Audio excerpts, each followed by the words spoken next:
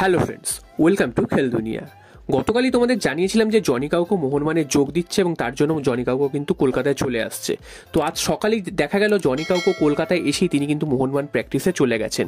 তো এবার প্রশ্ন হচ্ছে জনি কাউকো কতটা খেলার মতন কন্ডিশনে রয়েছে, তো বা তিনি যদি এসে যদি নাই খেলতে পারেন তাহলে সেক্ষেত্রে তাকে নিয়ে আসার কারণটা কি। তো এক্ষেত্রে তোমাদের জানিয়ে রাখি, জনি কাউকোকে কিন্তু নিয়ে আসা হয়েছে এই মুহূর্তে যে সাথে সাথে মাঠে নামিয়ে দেওয়া হবে এই উদ্দেশ্যে নয়, কারণ জনি কাউকোর যে চোটটা পেয়েছিল সেই চোটটা কিন্তু খুবই গুরুতর ছিল এবং সেটা সারতে বেশ অনেক দিন সময় লেগেছে। তো জনি কাউকোর সেই চোট সেরে গেছে ঠিকই, তবে এই মুহূর্তে তার কিন্তু ফিটনেসের অবস্থা খুব একটা ভালো নয়। যদিও আগের থেকে অনেকটা ইমপ্রুভ হয়েছে, তিনি ফিনল্যান্ডের ক্লাবে তিনি অনুশীলন করেছেন তার পুরনো ক্লাবে সেই সব প্লেয়ারদের সাথে, তো সেখান থেকে তিনি অনেকটাই রিকভার করে গেছেন। তো মোহনবাগান ম্যানেজমেন্ট এই মুহূর্তে তাকে নিয়ে আসার একটাই কারণ, যদি এই মুহূর্তে কোনো বিদেশি ভালো না খেলতে পারে অথবা কোনো বিদেশি যদি চোট পেয়ে যায় তার জায়গায় তাকে রেজিস্টার্ড করানো হবে এবং তারপরে তিনি কিন্তু আইএসএল এ খেলতে পারেন। তো এখন এসেই যে তাকে রেজিস্টার্ড করানো হবে বা খেলানো হবে তা কিন্তু একদমই নয়। জনি কাউকো এই মুহূর্তে কিন্তু আনরেজিস্টার্ড প্লেয়ার হিসেবেই থাকবেন মোহনবাগান দলের সাথে এবং প্র্যাকটিসও করবেন। এবং যদি ওই আরমান্দো সাদিকু বা ব্র্যান্ডন হ্যামিল এদের মধ্যে যদি কেউ ভালো পারফরমেন্স না করতে পারেন সেক্ষেত্রে মোহনবাগান ম্যানেজমেন্ট তখন কিন্তু অন্য সিদ্ধান্ত নিতে বাধ্য হবে, কোনো একজন প্লেয়ারকে আনরেজিস্টার্ড করে এই জনি কাউকোকে কিন্তু অন্তর্ভুক্ত করা হবে।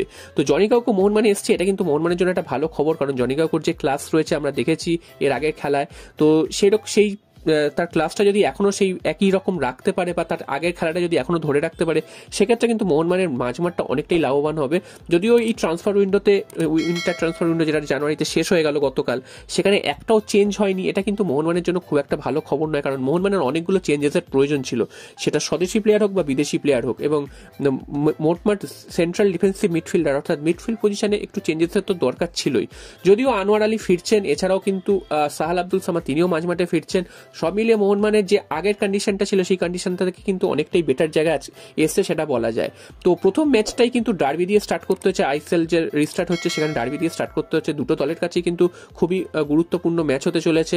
ইস্টবেঙ্গল 8 নম্বরে রয়েছে, মোহনবাগান 5 নম্বরে রয়েছে, তবে মোহনবাগানের রিসেন্ট পারফরমেন্স একদমই ভালো কথা বলছে না, অর্থাৎ ইস্টবেঙ্গল কিন্তু ডার্বিতে এগিয়ে থেকেই নামবে, যেটা কিন্তু কিছুদিন আগে অব্দিও ভাবা যেত না যে ডার্বিতে ইস্টবেঙ্গল এগিয়ে থেকে নামবে। তবে এই ডার্বিতে কিন্তু ইস্টবেঙ্গল অনেকটাই এগিয়ে থেকে নামবে এবং ইস্টবেঙ্গলের কিন্তু অ্যাডভান্টেজ অনেক বেশি, কারণ রিসেন্টলি তারা চ্যাম্পিয়ন হয়েছে সুপার কাপ এবং তাদের কিন্তু একটা কনফিডেন্স লেভেল অন্য পর্যায়ে রয়েছে।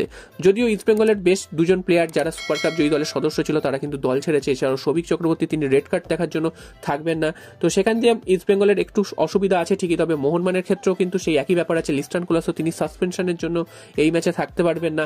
এছাড়া মোহনবাগানের কিন্তু আর কোনো এমনি অসুবিধা নেই, যদিও মোহনবাগানের পারফরমেন্স ফর্ম এটাই কিন্তু সব থেকে খারাপ জায়গায় রয়েছে, যেটা আরমান্দো সাদিকু এবং জেসন কামিংস এই দুজনের পা থেকে কিন্তু গোল প্রায় দেখাই যাচ্ছে না, এবং যদিও বা তারা গোল করেন সেটাও কিন্তু প্রায় একদম পড়ে পাওয়া 14 আনার মতন। তো সেক্ষেত্রে তারা যে নিজে খেটে গোল করবেন বা নিজে যে একটা গোল তৈরি করার চেষ্টা করবেন সেটাও কিন্তু দেখা যাচ্ছে না।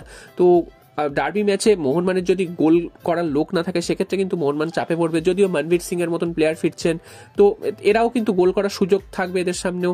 তো দেখা যাক দিমিত্রি পেটাটস বা মনবীর সিং, হুগো বুমো এরা নিজেদের জ্বালিয়ে নিতে পারে কিনা, কারণ ডার্বি হারের যে ক্ষতটা রয়েছে সেই ক্ষতটা থেকে তারা রিভেঞ্জ নেওয়ার একটা মানসিকতা রয়েছে, সেই রিভেঞ্জ নেওয়ার মানসিকতা থেকে মোহনবাগান আবার নতুন উদ্যমে ফিরে আসে কিনা সেটা কিন্তু সময় বলবে। তবে দেখা যাক ডার্বি ম্যাচের রেজাল্ট কি হয়, এবং ডার্বি ম্যাচ যদি মোহনবাগান জিতে যেতে পারে তাহলে কিন্তু মোহনবাগান আবার একটা ভালো মোমেন্টামে চলে আসবে এবং আইএসএল এর স্টার্টটা কিন্তু খুব ভালোভাবেই করবে।